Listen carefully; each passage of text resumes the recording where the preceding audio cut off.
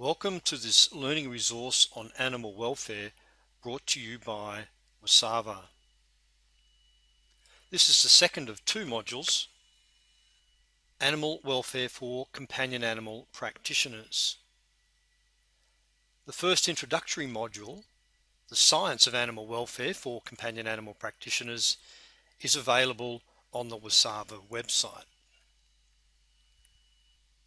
At the end of this module, you will be able to recognize animal welfare concerns in commonly encountered practice situations, and you will be able to identify opportunities to address and improve animal welfare in practice. This module consists of two parts. The first part is a brief review of important animal welfare concepts introduced in Module 1. The next part has 4 sections, all considering common animal welfare issues in companion animal practice.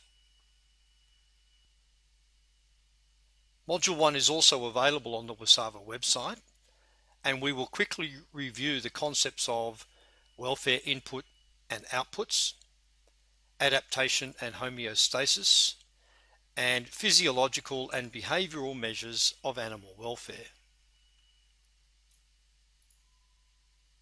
In order to know exactly what aspects of an animal's experience we might measure in animal welfare, it helps to break it down into a sequence as shown here. Animals get sensory input from their environment. They see, hear, and interact with aspects of their environments and the events around them. As animal owners or carers, we provide animals with resources. We breed them to have a particular genetic makeup. We house them in a certain way. Also, various events happen around our animals. There are regular daily events such as the change from day to night or the arrival of food.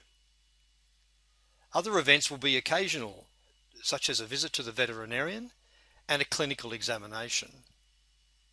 There are also internal events such as the animal's bladder filling with urine. All these events and resources create ongoing external and internal stimulation. We cannot easily measure that sensory input. However, we can record the resources that are available to animals and many of the events in their environment. Next, the brain evaluates this sensory input in accordance with the animal's experience and genetics. For example, the brain may evaluate the input as novel, for example, the arrival of a new animal, as a potential threat, for example, a veterinary examination, as a source of pleasure, for example, the approach of another animal for play, or as neutral, for example, a car passing by. The brain's evaluation may then create an emotion that is negative, for example, anxiety on seeing the veterinarian or seeing a new animal, or positive, e.g., pleasure because of anticipated play. Or there may be no new emotion because the sensory input is neutral, i.e. the sound of the car. The brain's evaluation also gives rise to physical feelings, pain, excitement, anxiety, etc. The animal's body responds to these feelings both physiologically, for example, anxiety will increase heart rate, and behaviorally, e.g., vomiting, hiding, running away. Pleasure can also increase the heart rate and cause the animal's behavior to change. The animal may also get up, but will probably approach rather than run away. There is no easy way to measure the animal's emotions and feelings for the welfare assessment. However, we can measure their responses.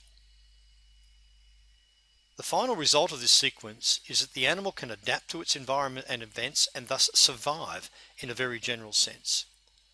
For example, the animal ignores the car and does not waste energy avoiding it because it has learned that it is benign. However, the animal does expend energy trying to get away from the veterinarian, not knowing that a veterinary diagnosis and treatment may be exactly what it needs to survive. Of course, it is also possible that the animal is unable to adapt despite the attempt of the body to respond. We see that responses enable the animal to adapt to the initial event as appropriate and therefore to survive. Survival or death rates can be a very crude indicator of welfare within a group of animals. However, more accurate and precise measurements are measures of events and the environment, e.g. handling and housing, which give rise to sensory input known as welfare inputs, and measures from the animals themselves, their physiology and behavior. The animal's responses are known as the welfare outputs. Welfare inputs are the resources that are available to the animal or resource-based measures and fall into three major categories. Management resources, i.e. owner knowledge on species-specific care, how much time is allocated to care for the animals, etc. Environmental resources, such as the kind of housing, the quality and amount of food, the use of vaccines, etc. And animal resources, for example, the animal's genetic makeup and early experience, which can affect disease resistance, fear thresholds, etc. Welfare inputs are relatively easy to measure, especially owner and environmental ones. However, you cannot know how an animal has experienced its life if you do not also gather data directly about the animal.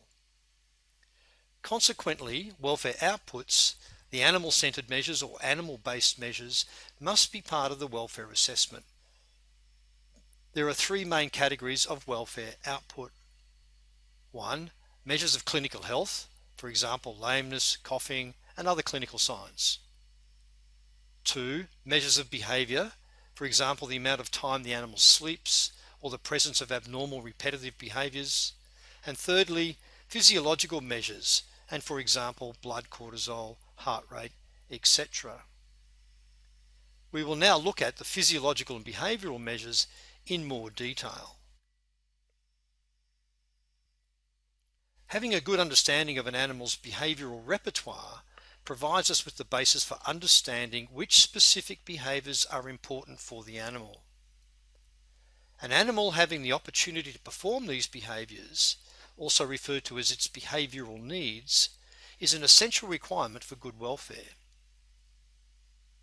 It is important to recognize behaviors indicating that the animal is functioning well, feeling well, and able to perform important behaviors, and in contrast, behaviors indicating that an animal is not functioning well, not feeling well, and not able to perform important behaviors.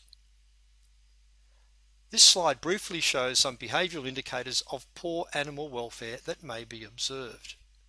There may be limited opportunity to observe the full range of activity of patients in the clinical setting. But generally, if there is little response to external stimuli, it often points to a lack of environmental stimulation, either due to confinement in a small area or absence of variety in external cues. Additionally, pets that have a lot of contact with humans should not show fear or aggression in normal circumstances. Another example of behaviors that indicate poor welfare are stereotypies. These are repetitive behaviors that may have complex motivations, but they can often be linked to some natural activity that is frustrated in the presence or a previous environment.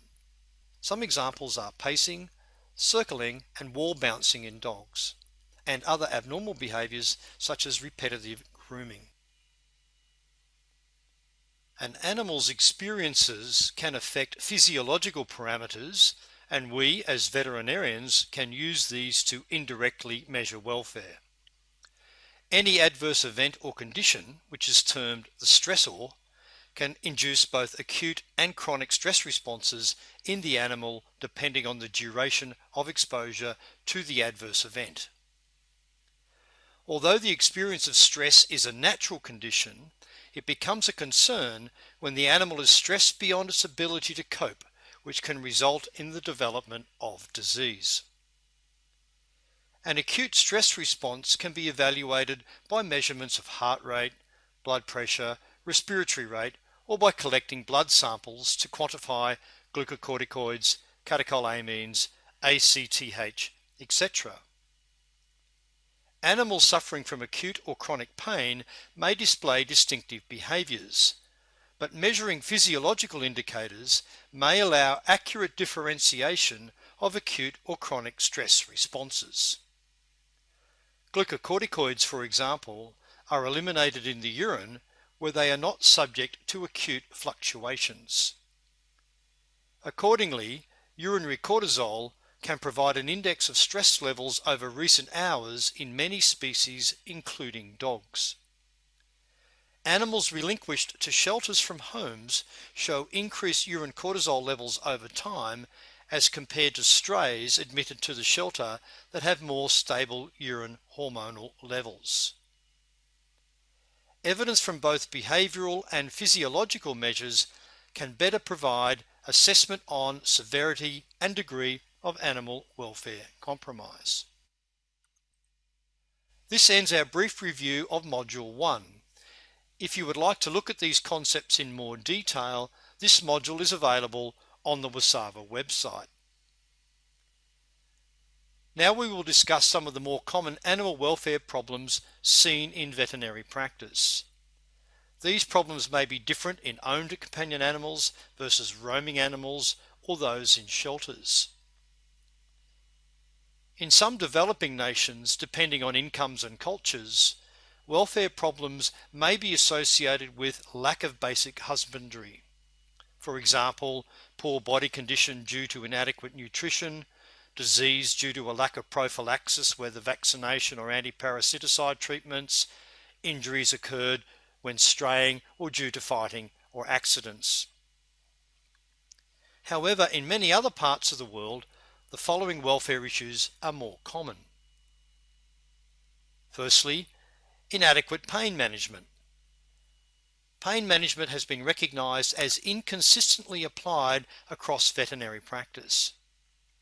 In 2003, a report on a survey done on attitudes and practices of veterinarians in Finland, it was observed that female and younger veterinarians generally rated pain prevention more highly and treated it more frequently than did men or older colleagues.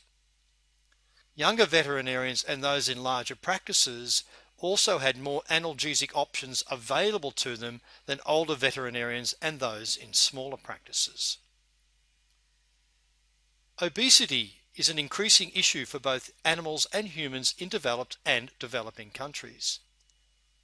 Obesity in dogs and cats has many adverse animal welfare outcomes. It affects health.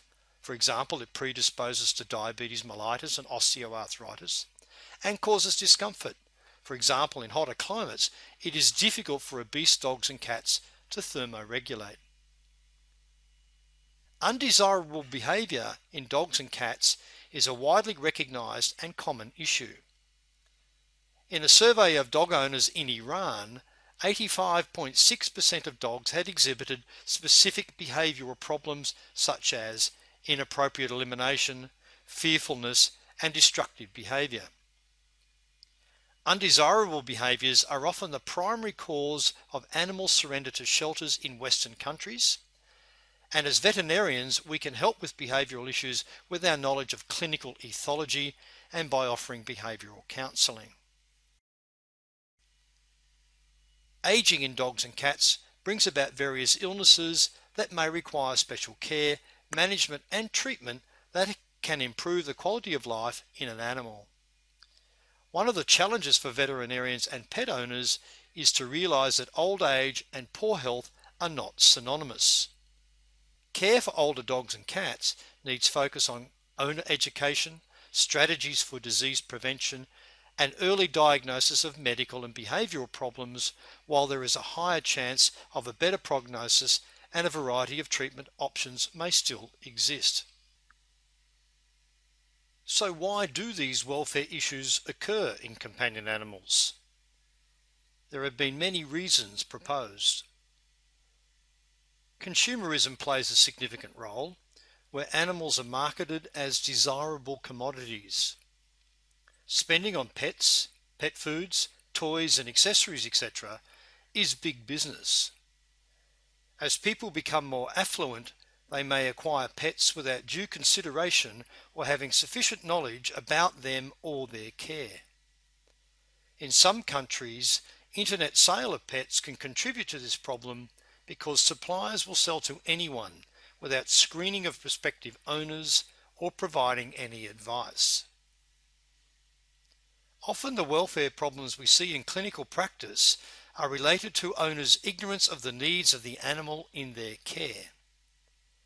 However, in some situations, owners have limited disposable income and a lack of finances creates welfare issues as basic health care is not affordable. Uncontrolled reproduction is an issue affecting all owners and is often related to attitudes towards reproduction control or sterilization, as well as access to appropriate clinical procedures. Many of the welfare problems in companion animals could be mitigated through responsible pet ownership.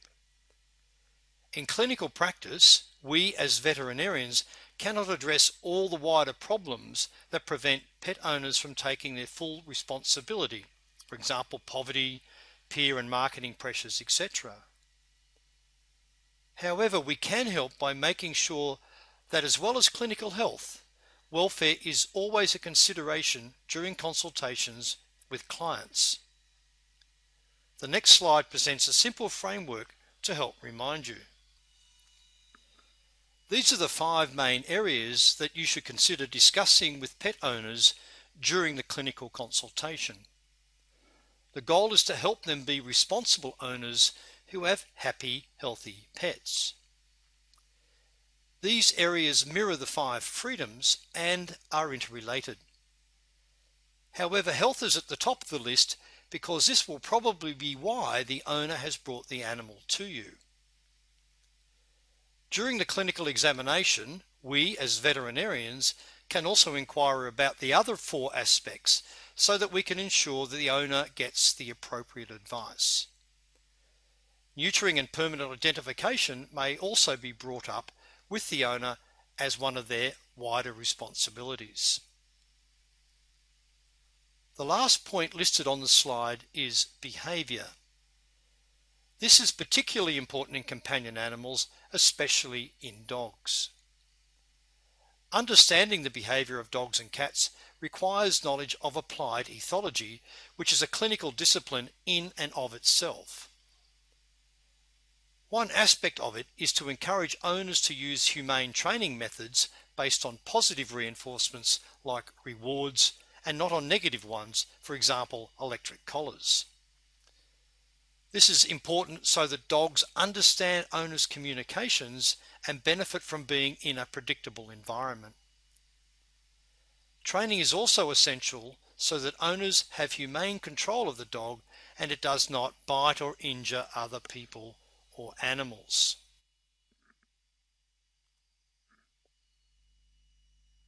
In the following slides, we will discuss these common animal welfare problems in companion animal practice and how we can recognize and help in a practical manner.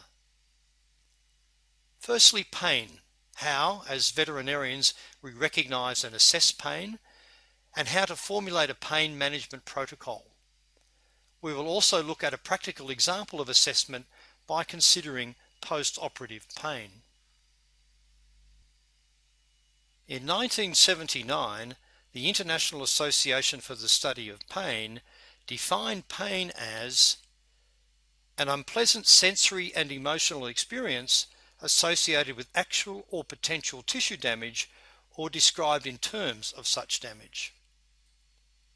However, this definition relies heavily on self-report and language and is therefore of limited use in non-verbal humans and animals, such that a definition more appropriate to animals needs be used. A more appropriate definition for pain in animals is an adverse sensory and emotional experience representing an awareness by the animal of damage or threat to the integrity of its tissues.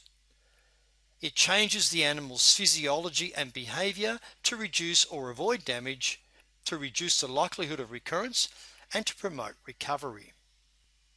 Pain, more broadly, is a complex multidimensional experience involving sensory and affective or emotional components. In other words, pain is not just about how it feels, but how it makes you feel. And it is those unpleasant feelings that cause the suffering we associate with pain. Nociception is defined as the neural response to noxious stimuli. The neural response is initiated by detection of a noxious stimulus and is completed by the subsequent transmission of encoded information to the brain. Pain, therefore, is the result of nociceptive input and can only occur in a conscious animal.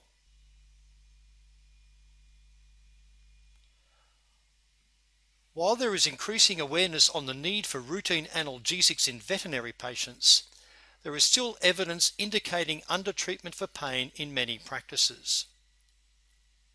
As veterinarians, we are confronted almost daily with animals experiencing pain or one that may predictably experience pain, for example, postoperatively.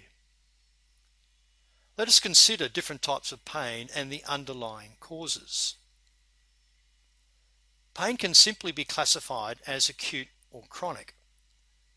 Acute pain has been defined as pain that exists during the expected time of inflammation and healing after injury, while chronic pain is defined as that which exists beyond the expected duration associated with acute pain. While it is important to define the type of pain an animal has experienced, therapy should be focused on the underlying cause of such pain, such as nociceptive, inflammatory, or pathological causes, rather than on arbitrary labels based on duration. So what are the underlying causes of pain? These can be classified into three groups. Nociceptive pain. This occurs when peripheral neural receptors are activated by noxious stimuli, for example with surgical incisions, trauma, heat, or cold. Inflammatory pain results gradually from activation of the inflammatory mediators and the immune system in response to injury or infection. Pathological pain, also called maladaptive pain. This is when pain is amplified and sustained by molecular, cellular, and microanatomic changes, and this is collectively termed as peripheral and central hypersensitization. When chronic pain remains untreated, there is an increased likelihood of neurophysiological changes leading to maladaptive pain, which is more serious and much more difficult to control. Because animals may not be able to communicate pain in the same verbal manner as humans, the assumption and assessment of animal pain frequently lies with us as veterinary professionals. Recognition and assessment of pain should be done by observation of the patient and posing the appropriate questions of the client in order to enable us to properly manage pain. Management of pain in companion animals is often limited by one's proficiency in evaluating pain, which remains subjective, with clinicians relying on indirect measurements using assessment scales and, less frequently, quantifiable physiological and behavioral parameters. However, it is acceptable to evaluate pain based on behavioral observations. It is highly recommended that a pain assessment be a routine component of every physical examination. A pain assessment is now considered the fourth vital sign after temperature, pulse, and respiration.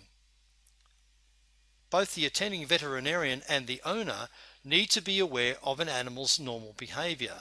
Then, if there are changes, for example a lack of grooming or defecating outside the litter box with cats, these can be addressed. Also, the development of a novel behavior may be a red flag for an animal experiencing pain. Veterinary professionals are strongly recommended to utilize pain scoring tools, even though there is currently no gold standard for pain assessment. Several canine and feline pain scales have been developed but have varying degrees of validity. Even so, they can potentially decrease subjectivity and are helpful in employing effective pain management programs. Although all pain scales may have limitations, they can prompt the timely use of analgesic therapy, and with the use of such, a lower pain score can be attained and better animal welfare practice is enforced. Useful examples of pain scales for clinical use are the Glasgow Short Form Composite Measure Pain Score that is available online for non-commercial use. Also, the Colorado State University Acute Pain Scale for cats and dogs. These assess both physical and behavioural indicators of pain. They are simple, practice-friendly numerical rating systems that can help promote pain reduction and the appropriate administration of analgesic therapy in patients. Unlike the Glasgow Pain Score, this tool still needs to be validated. However, it is widely used. This is the Colorado State University Feline Acute Pain Scale. A modification of this scale has been produced by Massey University for use of cat owners at home. This is the pain scale for dogs. Let us consider a practical example of pain assessment in practice.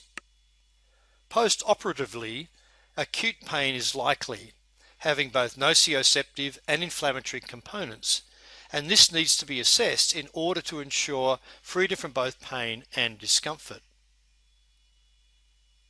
Firstly, it is recommended that a pain assessment be performed at least every 2 hours in surgical patients, and this can be done by observing the animal without human interaction. For example, orientation and posture of the animal in the hospital ward can be observed before there is a physical interaction with the patient. Second, when interaction is required with the veterinary team, certain behaviours may indicate pain. For example, reluctance to move when a door is opened or when the animal is coaxed to move. Thirdly, we can also observe the patient's response to palpation. And fourth, a numerical score assigned on the pain assessment tool being utilised. This approach is very important in assessing the effective and timely use of analgesic therapies. Animal welfare can certainly be optimised by applying a consistent pain management approach. However, this approach needs to be suitable for your particular practice circumstances and requirements. An example is the American Animal Hospital's platter approach, describing a continuum or care loop for managing pain. Firstly, every case should begin with a patient-specific pain assessment and treatment plan. Next, the patient's pain management needs should be anticipated so that either preventative analgesia can be provided or, in the case of pre-existing pain, it can be treated as soon as possible. Next, appropriate treatment should be provided that is commensurate with the type, severity, and duration of pain that is observed and expected. Fourthly, the efficacy and appropriateness of the treatment should be evaluated using either an in-clinic scoring system or, for discharge patients, a client questionnaire. Last, the effectiveness of the pain control is evaluated by reassessing the patient, which is a vital step, where the treatment is either modified or discontinued based on an evaluation of the patient's response. Obviously, surgery is not the only condition where pain is encountered in companion animals. Dermatological complaints, for example, are common in cats and dogs. Skin disease commonly presents as pruritic and inflammatory. Pruritus is defined as an unpleasant sensation that causes the need to scratch. Understanding of the pathophysiology of pruritus, it is recognized that pruritus is not simple or benign. It is a type of pain that may be both acute and chronic. Recognition of the severity of pruritus and its effect on animal welfare is necessary to improve the quality of life of the pet. In osteoarthritis or degenerative joint disease, various treatments, welfare inputs, can improve animal welfare, including non-surgical, non-drug treatment approaches. Having a weight management plan, environmental modification, acupuncture, and nutritional supplements can all help minimize pain in patients with osteoarthritis. In patients with terminal illness, pain control is a paramount feature. With ongoing assessment of quality of life with the healthcare team and the client, we as veterinarians can ensure that an animal's welfare is always considered, even if the animal's underlying condition is not curable. This is a simple example of an environmental modification provided by raising a feeding area for a cat with osteoarthritis to be able to sit and eat more comfortably. The second part of part 2, we will discuss the importance of assessing an animal's nutritional status, and we will discuss a practical approach to create nutritional recommendations based on the assessment and include a case study involving an obese dog. One of the most basic of the 5 freedoms is the freedom from hunger and thirst. The 5 needs puts it more precisely as the need for a suitable diet. As veterinarians, we can promote animal welfare to owners by discussing the nutritional needs of their pets. There are obvious physical differences and nutritional requirements between cats and dogs, between the different breeds of both, and at varying life stages. Providing an appropriate diet and optimal nutrition will help pets maintain a good plane of health and a better functioning immune system, supporting defense against disease. In order to promote effective nutritional practices to help improve animal welfare, as veterinarians, we must first understand the basic principles of veterinary clinical nutrition. Veterinary clinical nutrition is often described as a 2-step iterative process where assessment is repeated as required to determine the effectiveness of a feeding plan. Before recommending an appropriate diet, a nutritional assessment of the animal should be done in order to determine the patient's specific needs. When formulating a targeted nutritional program, we need to consider the circle of nutrition. This includes 3 factors: animal-specific factors, diet-specific factors, and feeding management and environmental factors. For example, some nutrient-sensitive disorders such as food intolerance or allergies may play a big role in determining which type of food is best for the patient. Diet-specific factors include the type of food that is being given to the patient. These factors will be influenced by life stage, size and breed, and if relevant, any disease condition the animal may have. Many types of food for companion animals exist in the market today, and our recommendations will mostly rely on animal-specific factors such as the signalment, history, physical examination, etc., to determine the patient's needs. The pet owner and his or her lifestyle have a strong influence on the physical activity of the pet at home. Maintaining regular exercise is also part of promoting animal welfare and will affect nutrition requirements. It is valuable to educate your clients about body condition score and encourage the monitoring of their pet.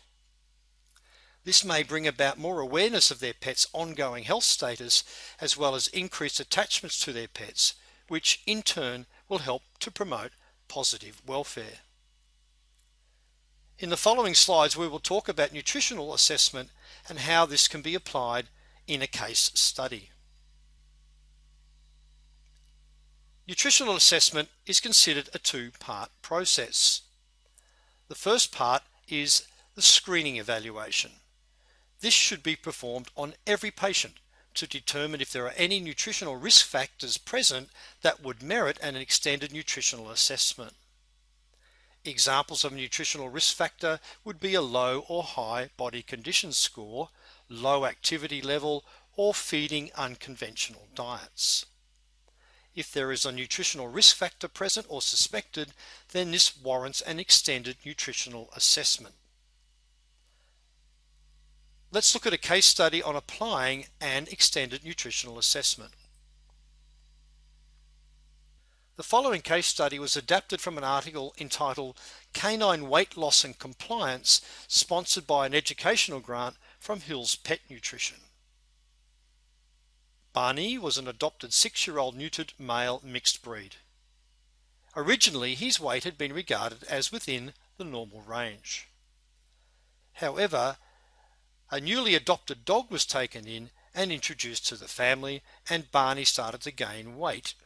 He would eat his typical diet of commercial dog food, and he would steal the younger dog's food. 2 years on, he presented with the problem of uncontrollable hunger, stealing the younger dog's food, and weight gain. In the screening evaluation, being overweight is considered a nutritional risk factor. Thus, an extended nutritional assessment should be carried out.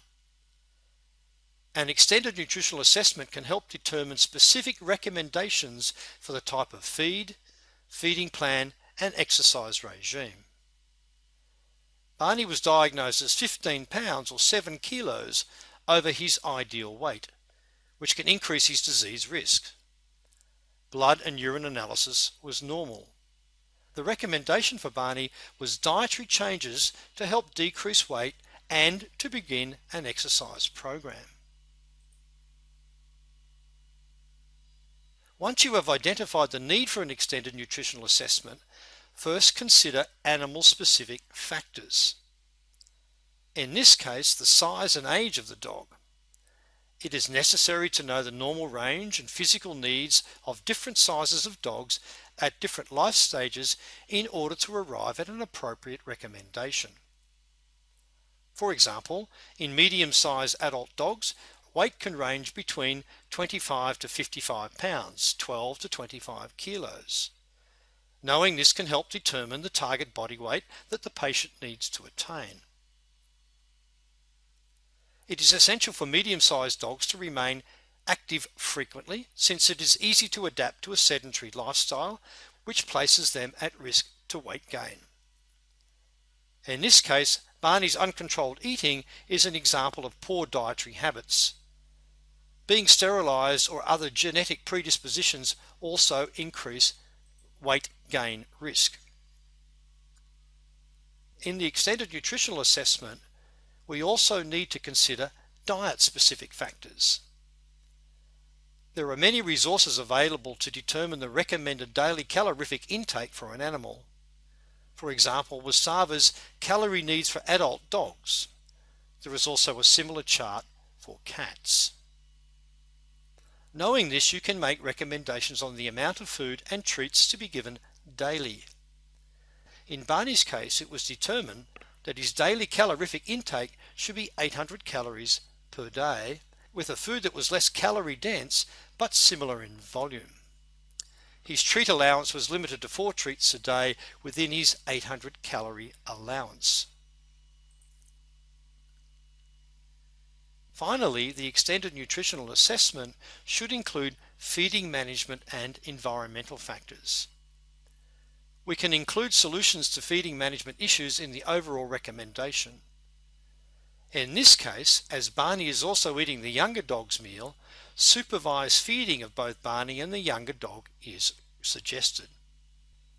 An exercise program should be implemented, and its development requires the owner's involvement and compliance. Encouraging participation in an exercise plan provides health benefits for both pets and their owners. It has been shown that linking a pet weight loss program to the clients can be very effective for both. In this case, the client agreed to walk Barney 4 times a week at a moderate pace for 40 minutes. Progress should be reassessed at 2-week intervals, and for comparison, a before photo can be taken to enforce commitment and completion of the program. In this case, there was a successful outcome with Barney returning to his ideal weight of 52 pounds. Promoting animal welfare through proper nutrition can be challenging, and a simple way to help with compliance is the Kraft formula from the American Animal Hospital Association. Firstly, compliance. Compliance to a standard of quality patient care is the primary tool for success. Including a nutritional assessment in your standard physical examination may be able to stimulate awareness in clinical practice. WSAVA has supported this by promoting nutritional assessment during the standard physical examination for companion animals as the fifth vital sign.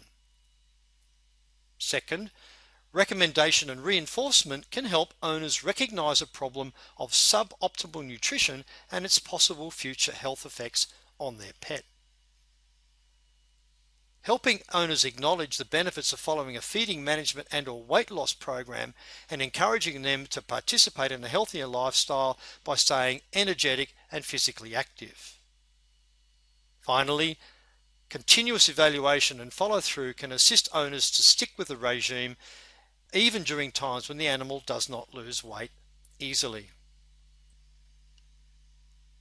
So far, we have discussed the importance of nutritional assessment and how it can help pets achieve and maintain an ideal weight, and how a nutrition program can help improve animal welfare in veterinary practice.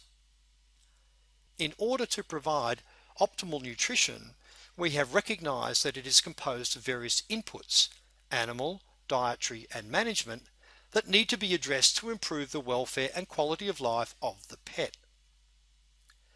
Encouraging owners to actively engage in the weight loss program can also be a win-win situation, where combining a human and animal weight loss program can be very effective and beneficial for both. The proposed nutritional program should include animal-specific factors such as the target ideal body weight, diet-specific factors such as the target calorific restriction with identified food selection and treat allowances, and recommendations to manage feeding methods and activity plans. A regularly scheduled follow-up is vital for compliance and success, thus promoting animal welfare in the practice. In this section, we will discuss normal animal behavior, common animal behavioral problems, and how to reduce them. Behavioral issues are one of the main reasons owners relinquish their pets to animal shelters, and addressing these issues will help improve the bond between owners and their pets. In the first module on animal welfare science, we discussed animal behavior and the use of behavioral responses as clinical signs. We learnt that behaviors, e.g. the amount of time the animal spends sleeping or the presence of abnormal repetitive behaviors, can be seen as welfare outputs. Behavior derives from the body's response to sensory input, and behaviors and emotions then follow central neural evaluation of this input. Behavior allows animals to change and have some control over their environment. For example, escape a threat, build a nest, which enables them to adapt to their changing environment. Having a good understanding of animal behavior and how it links with welfare is essential for us as veterinarians to be able to use it as a welfare measure. Knowing an animal's behavioral repertoire provides us with the basis for understanding which specific behaviors are most important for the animal to perform. Furthermore, having knowledge not only of species-specific behavior, but a level of familiarity with the normal behavior of the individual animal can be important to distinguish aberrant behaviors. A question may be posed: are all adverse behaviors indicators of poor animal welfare? Firstly, we must make a distinction between an unwanted behavior and an abnormal behavior. Not infrequently, what owners refer to as an abnormal behavior or as a behavioral problem is actually part of the animal's normal behavioral repertoire. For example, if a cat shows predatory aggression directed at an owner's feet or hands, is this abnormal behavior, Or does this indicate that the cat may lack sufficient opportunity to perform hunting-like behaviours such as the ability to go outside or play with toys? Or the cornered dog that has bitten a child after several warnings, for example, baring its teeth and growling. This may not be abnormal, but it is highly undesirable for the owners of the dog. However, this type of behavior becomes more abnormal when it falls outside the expected behavior pattern of the dog. For example, if the dog does not show warning signals, or if the threshold for the biting response becomes so low that only a pat on the head is enough to initiate an incident. But again, a pat on the head might be painful if it has an underlying medical condition or some emotional trauma. So it may be difficult to distinguish between abnormal and unwanted behaviors. As discussed previously, behaviors such as running away or showing aggression in response to fear are attempts to cope. If an animal is not able to perform behaviors which are necessary for it to cope in a particular environment, for example, its movement is restricted or its escape route is cut off, it will find alternate coping mechanisms that may not necessarily be healthy, such as repetitive behaviors. These repetitive behaviors, called stereotypies, may not seem to have an obvious purpose, but are a coping attempt. Animal behavior scientists suggest that preventing these stereotype behaviors may result in a decreased welfare. It is necessary to eliminate and prevent the underlying cause of these behaviors, for example, inadequate space or a lack of environmental stimulation, and so reduce negative emotions while removing the need for the behavior. At the same time, also improving the animal's welfare. A high prevalence of undesirable companion animal behaviors is often reported. In a survey of dog owners who presented their dogs to a faculty of veterinary medicine in Iran, 85.6% of dogs had exhibited specific behavioral problems such as inappropriate elimination, fearfulness, and destructive behavior. Also, in many countries, undesirable behavior is often listed as the primary reason for the surrender of pets to animal shelters. The most common behavioral problems cited as reason for relinquishment in 12 US animal shelters included aggression, separation-related behavior, inappropriate elimination, fearful behavior, destructiveness, vocalization, disobedience, digging, and chewing. Preventing behavioral problems from developing and treating those that already exist improves the welfare of animals and can reduce the number of pets given up to shelters. As veterinarians, we have an important role to play, especially when it comes to pet owner education. Inadequate knowledge about dogs and their behavior has been correlated to dog relinquishment. These knowledge deficits might contribute not only to owners having unrealistic expectations, but also to inappropriate attempts to solve an unwanted behavior. These unrealistic expectations about a dog's physical and behavioral needs can lead to a dog-human mismatch. Also, the risks to safety of humans, especially children, other pets, and the animal itself must be considered when encountering unwanted or abnormal behavior. Owners may be unaware of potential safety issues. When aggression is involved, it is very important to evaluate possible risk factors and determine who might be at risk. You may choose to do a risk assessment. For guidelines, look at the European Society of Veterinary Clinical Ethology Position Statement on Risk Assessment, which can be downloaded at this website. An animal behavioral therapist may help you make a risk assessment. You may also encourage dog owners to take training classes and help them with choosing appropriate training techniques or training devices and tools. Furthermore, don't hesitate to refer to or consult behavioral therapists or experts in behavioral medicine when in doubt about behavioral cases or for further support. As dogs were domesticated, they also evolved into having a companion role for humans. Dogs have a very social nature, and form strong relationships not only with other dogs, but also with people.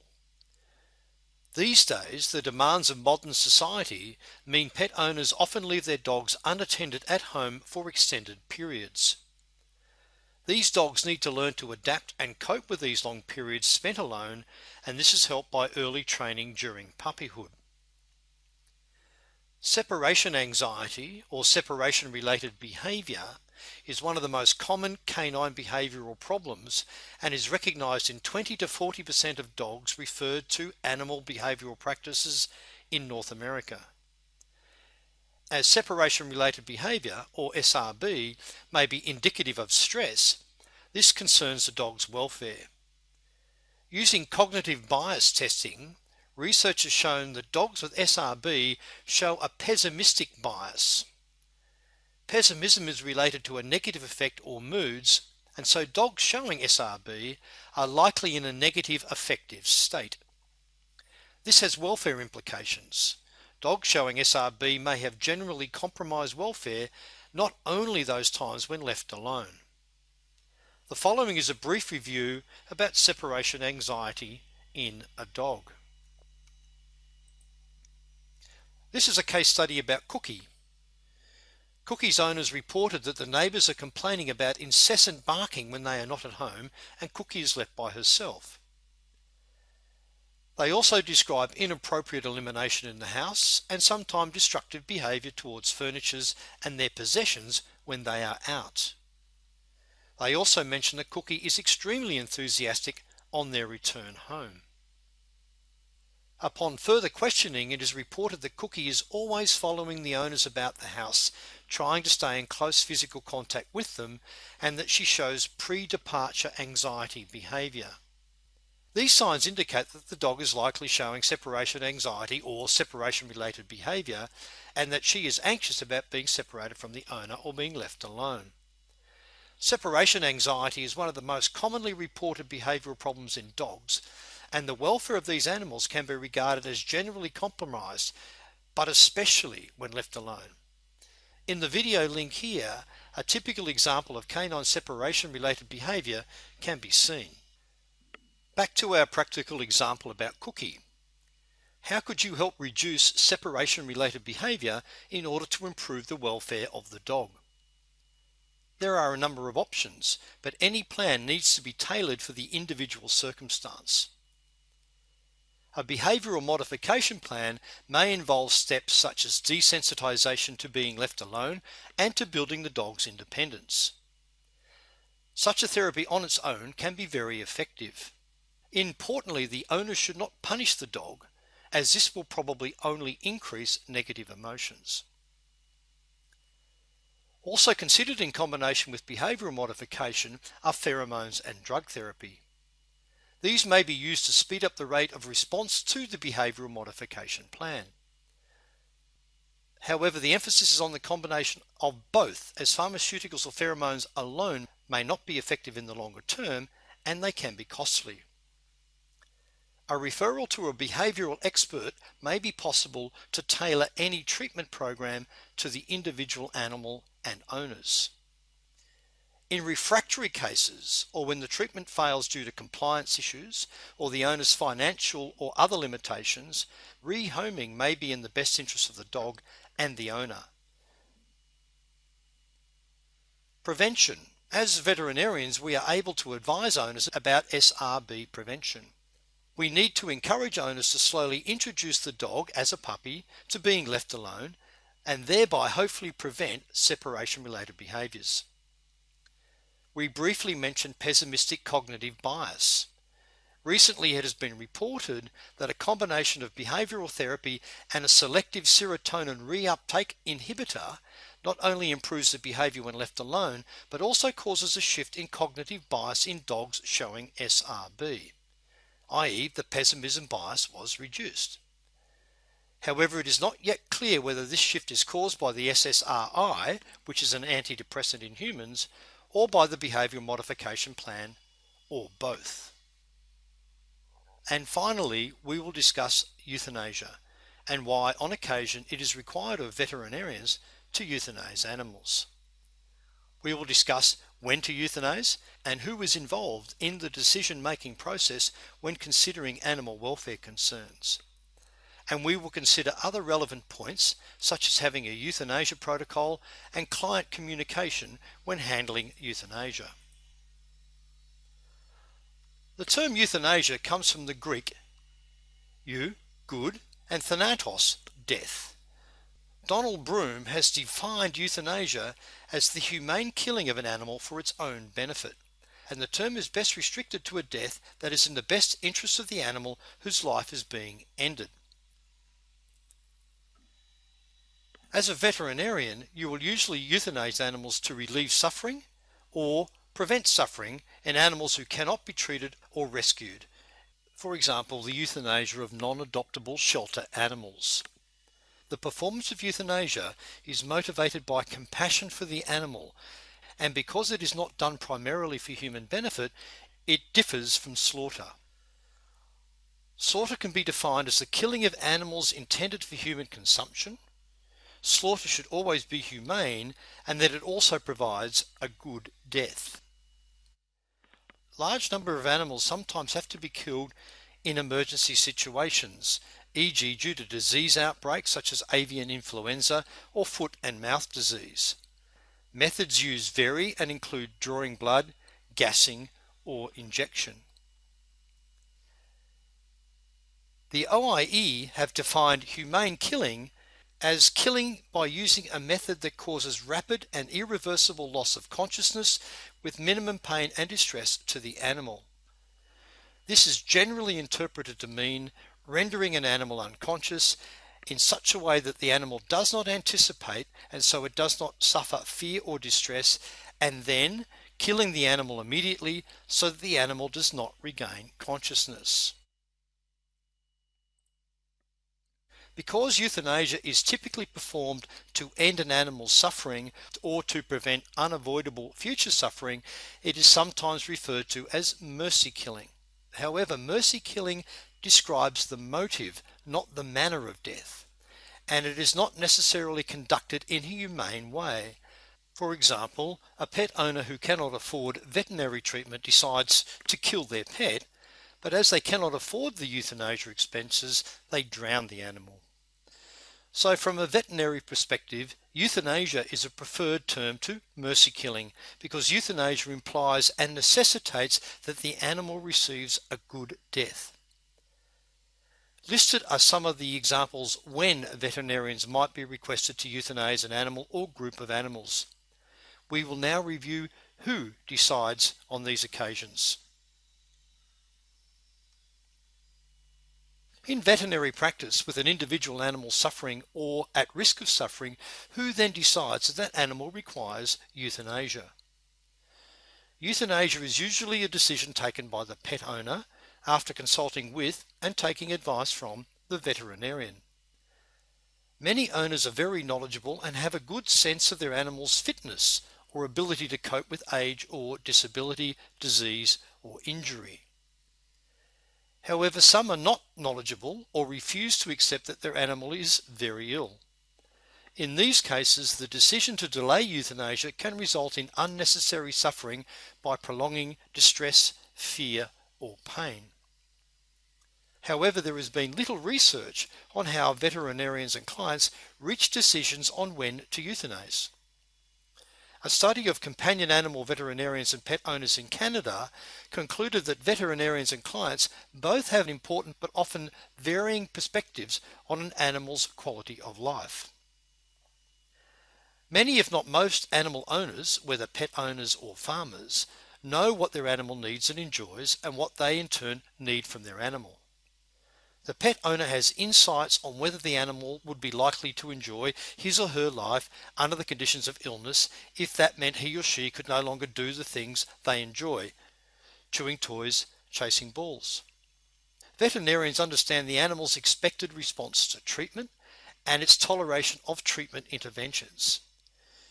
Usually, this combination of a client's intimate knowledge and the veterinarian's medical training make it relatively easy for clients to make an informed decision about euthanasia. In most jurisdictions, animals are considered property, and veterinarians cannot decide what to do for the animal. Only the owner can. And ethically, it is important that the veterinarian respects the client's autonomy and does not use guilt or manipulation to bias the owner's decision about euthanasia. However, veterinarians may sometimes have to override a client's autonomy for the animal's sake. For example, to strongly encourage euthanasia when there is no feasible treatment or prospect for recovery. Here we examine two examples of when and why euthanasia was decided and performed. The picture on the left shows a mandibular fibrosarcoma in a Shih Tzu. The prognosis for such oral tumours is good only if recognised and diagnosed early enough to enable surgery with a good surgical margin. With no treatment, this dog will, at a minimum, experience pain and have difficulty eating. In this instance, the client brought the dog in for treatment late in the course of the disease. The veterinarian suggested that a mandibulectomy be performed. However, as the client could not commit to caring for the dog after the surgery, the dog was euthanized. On the right is a male cat that presented with a solid mass tightly adhered to the skull. The tumour was diagnosed as an ossifying squamous cell carcinoma. The cat was a stray, and the person who brought him in did not want to be responsible for the care or the surgical treatment fees, so the cat was euthanized to avoid further suffering.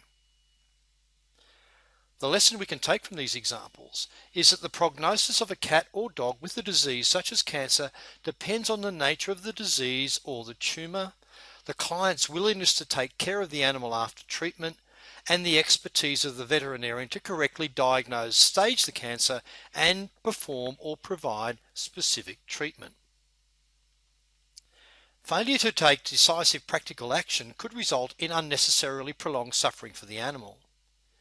In countries with robust animal welfare legislation, many prosecutions are based on the unnecessary delay in the decision to end the suffering of diseased, neglected, or injured animals. In such prosecutions, the court has to decide whether the animal suffered unnecessarily and then whether the owner or carer was responsible for the unnecessarily, prolonged, avoidable, or untreated aspect of the animal's condition. Veterinarians may be called as expert witnesses in these cases. The termination of companion animal life through euthanasia may be required for a variety of medical, behavioural, and animal population control reasons. In the 2015 WSAVA Euthanasia Overview for Humane Euthanasia, key animal welfare issues cited were stress avoidance whenever possible, and stress mitigation where it is likely or inevitable, and humane methods which will vary based on local availability of restraint and drugs. Ensuring a humane method of euthanasia will vary and depend to an extent on the availability of chemical restraint or pharmaceuticals. Moreover, whatever method of euthanasia is used should be performed by competent trained personnel, and due consideration must be given for the safety of those performing the euthanasia. The method should be minimally painful or stressful to the animal. It should be rapid and reliable, and the death of the animal must be confirmed before disposal of the animal's remains. And importantly, any humane method must consider humans and minimise distress to owners or the public. The last few slides have demonstrated that there can be ethical and possibly legal difficulties surrounding the recommendation to or not to perform euthanasia. It is very helpful for the veterinary practice to have a written protocol for the different euthanasia situations that may reasonably be expected to occur. Having a professional protocol reduces the emotional pressure that frequently accompanies the euthanasia discussion. As veterinarians, we can then make good decisions that are in the best interests of the animal, and we can then focus on the process of a humane ending while ensuring the safety of all concerned. The protocol can cover ethical decisions for a variety of circumstances, as well as important practical aspects.